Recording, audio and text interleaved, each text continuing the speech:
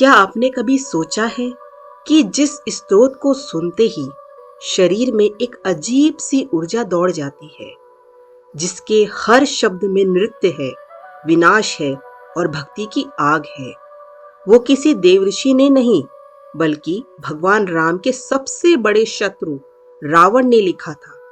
जी हाँ, वही रावण जिसे हम सिर्फ अहंकारी, क्रूर और अधर्मी समझते आए हैं।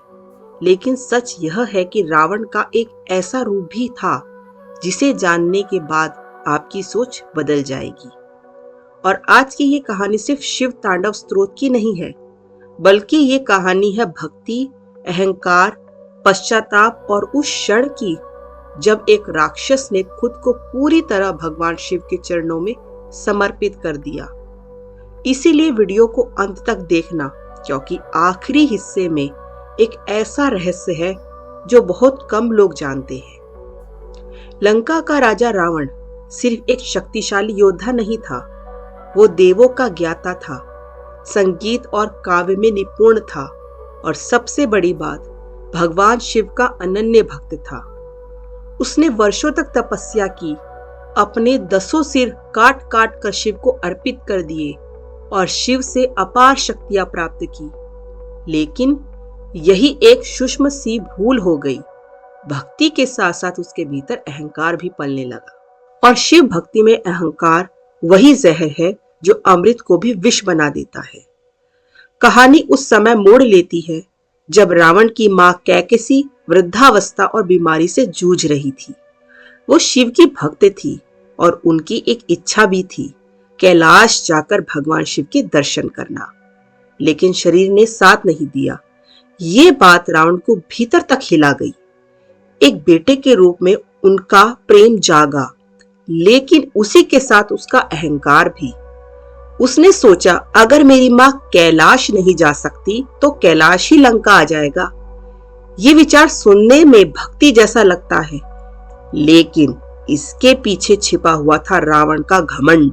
अपनी शक्ति पर अटूट विश्वास था उसे। रावण कैलाश पहुंचा। उसने अपनी अपार शक्ति से पूरे पर्वत को उठाने का प्रयास किया। कहते हैं उस क्षण देवताओं के हृदय कांप उठे। कैलाश डगमगाने लगा, सृष्टि का संतुलन हिलने लगा। लेकिन भगवान शिव, वे शांत थे।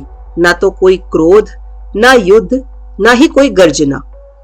उन्होंने बस अपने पैर का एक अंगूठा कैलाश पर रख दिया और उसी क्षण रावण पूरी तरह दब गया। उसकी सारी शक्ति, उसका सारा अहंकार सब मिट्टी में मिल गया। असहनीय पीड़ा थी, मृत्यु सामने थी और पहली बार रावण ने खुद को बिल्कुल असहाय महसूस किया। और यही बात है कि सबसे बड़ा परिवर्तन था। दर्द में कहराता हुआ रावण को अचानक समझ आया कि वो भक्त था, लेकिन सच्चा समर्पित नहीं। उसकी आंखों से आंसू बहने लगे। उसने न कोई वर मांगा, न जीवन की भीख।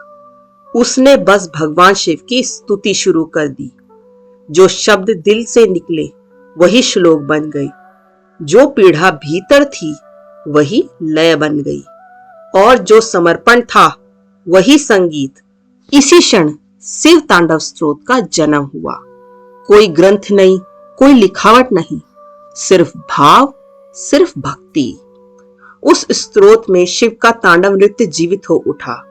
जटाओं से बहती गंगा, गले में सर्प, चंद्रमा की शीतलता और संहार की अग्नि, सब कुछ उन शब्दों में बहने लगा। भगवान शिव प्रसन्न हुए। उन्होंने रावण को मुक्त किया, उसे चंद्रहास तलवार दी और अपार शक्ति भी, लेकिन साथ ही एक मौन संदेश भी। शक्ति भक्ति से मिलती है, पर अहंकार उसे नष्ट कर देता है। दुर्भाग्यवश रावण उस संदेश को जीवन भर नहीं समझ पाया।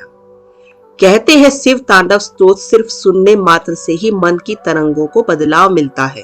इसकी लय इतनी शक्तिशाली है कि वो अवचेतन मन तक पहुंच जाती है।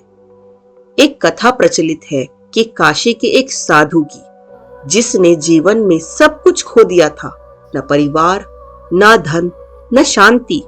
वो रोज बस चुपचाप शिव तांडव स्तोत्र सुनता था। न श्लोक याद थे, न अर्थ समझ में आते थे, लेकिन 40 दिन बाद उसने कहा, मेरे भीतर जो शोर था वो शांत हो गया। यही शिव तांडव की शक्ति है। ये आपको तोड़ता नहीं बल्कि भीतर से नया बनाता है। एक और कथा है एक ऐसे ही व्यक्ति की जो अपने बीते कर्मों के अपराध बोझ में जूझ रहा था। उसे लगता था कि भगवान उसे कभी क्षमा नहीं करेंगे। किसी ने उसे शिव तांडव स्तोत्र जपने की सलाह दी। उसने शुभ मुहूर्त यानी कि ब्रह्म मुहूर्त में इसका जाप शुरू किया। कुछ ही हफ्तों में उसके भीतर से आत्मग्लानि का बोझ हल्का होने लगा, क्योंकि शिव न्याय भी है और करुणा भी। वो विनाशक भी है, लेकिन उसी विनाश से नया सृजन करते हैं। वैसे तो शिव तांडव स्तोत्र किसी भी समय किया जा सकता है, लेकिन माना जाता है कि ब्रह्म मुहूर्त, प्रदोष काल और विशेष रूप से ग्रहण के समय इसका प्रभाव कई गुना बढ़ जाता है। रावण ने भी इसे प्रदोष काल में ही किया था।